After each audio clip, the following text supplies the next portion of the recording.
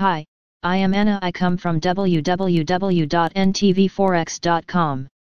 China understanding the policy signals of the July CPC Politburo meeting analysis. http ntvforex.com News ID 9E4428.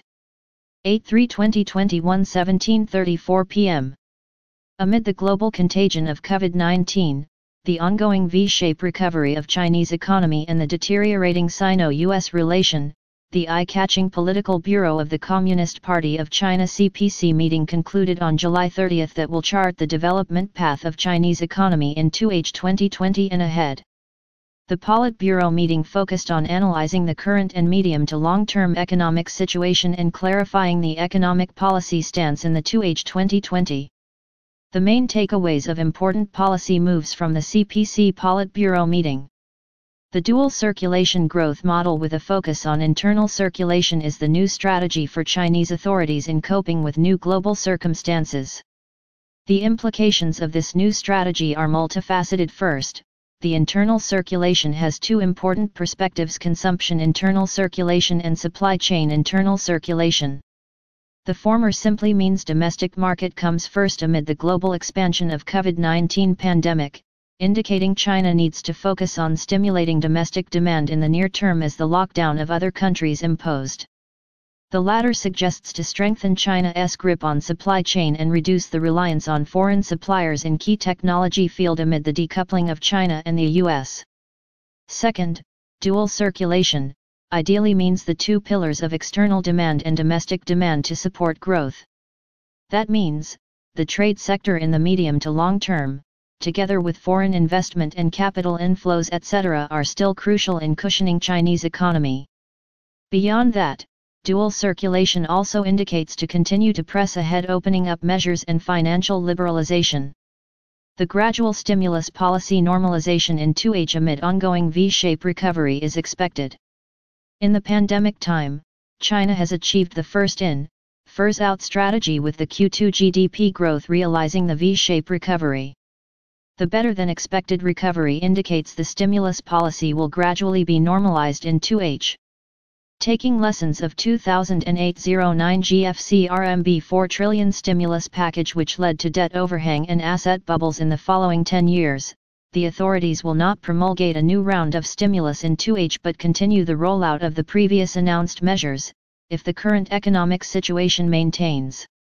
In particular, we expect the authorities will adopt a more conservative interest rate cut, thus we anticipate there will be no LPR cut or at most one cut in 2H 2020 while the fiscal policy will pay more attention on the efficiency and quality to allocate the fiscal stimulus funds on different investment projects. The post-pandemic growth engines of Chinese economy are anticipated to maintain a sustainable growth recovery. The Politburo meeting also clarifies the post-pandemic growth engines in China. First, the authorities will take efforts to stimulate domestic consumption. After all, the V-shaped recovery has been unbalanced, tilting towards the production side while demand side lagged behind in the past months. Stimulating domestic demand through various targeted fiscal and monetary measures is the key to maintain a sustainable growth recovery.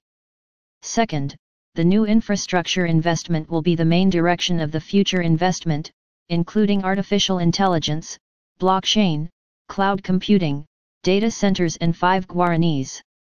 Third, new urbanization, led by 5 megalopolis and metropolitan areas, will be the new engine to stimulate regional growth and real estate market. Summary. The July Politburo meeting emphasized the importance of domestic market for Chinese economic growth amid COVID-19 pandemic.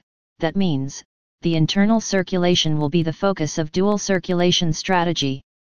This suggests an official shift away from an export-led growth model toward a sharper focus on building an economy with stronger domestic drivers.